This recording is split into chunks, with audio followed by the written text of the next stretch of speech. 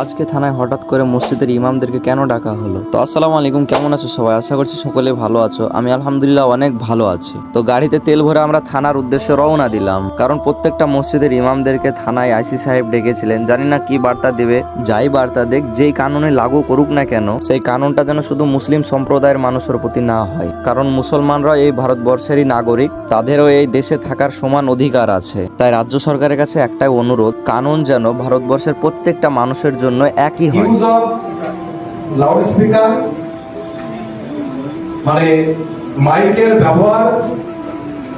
এখানে আইসি সাহেব বললেন যে 5 ওয়াক্ত নামাজে যে আজানটা দেওয়া হয়, সে আজানের সাউন্ডটা যেন মসজিদের আশেপাশেই সীমাবদ্ধ হয়ে থাকে। এই কানুনটা যে শুধু মুসলিম সম্প্রদায়ের মানুষের প্রতি লাগু হয়েছে এমনটা না, এটা সব ধর্মের মানুষের ওপরেই লাগু করা হয়েছে। তাই সমস্ত মুসলমান ভাইদের কাছে একটা অনুরোধ, ফালতু গুজব ছড়াবেন না, যেটা সত্য সেটা মানুষের সামনে তুলে ধরুন। নিজে সেফ থাকুন এবং সতর্ক থাকুন। তো আজকে থানায় হঠাৎ করে মসজিদের ইমামদেরকে কেন ডাকা হলো? তো আসসালামু আলাইকুম, কেমন আছো সবাই? আশা করছি সকলে ভালো আছো। আমি আলহামদুলিল্লাহ অনেক ভালো আছি। তো গাড়িতে তেল ভরে আমরা থানার উদ্দেশ্যে রওনা দিলাম, কারণ প্রত্যেকটা মসজিদের ইমামদেরকে থানায় আইসি সাহেব ডেকেছিলেন। জানি না কি বার্তা দেবে।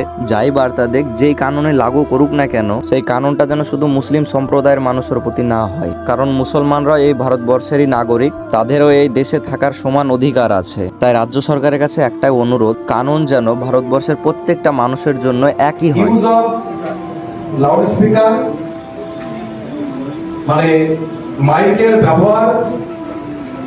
এখানে আইসি সাহেব বললেন যে 5 ওয়াক্ত নামাজে যে আজানটা দেওয়া হয়, সে আজানের সাউন্ডটা যেন মসজিদের আশেপাশেই সীমাবদ্ধ হয়ে থাকে। এই কানুনটা যে শুধু মুসলিম সম্প্রদায়ের মানুষের প্রতি লাগু হয়েছে এমনটা না, এটা সব ধর্মের মানুষের ওপরেই লাগু করা হয়েছে। তাই সমস্ত মুসলমান ভাইদের কাছে একটা অনুরোধ, ফালতু গুজব ছড়াবেন না, যেটা সত্য সেটা মানুষের সামনে তুলে ধরুন। নিজে সেফ থাকুন এবং সতর্ক থাকুন।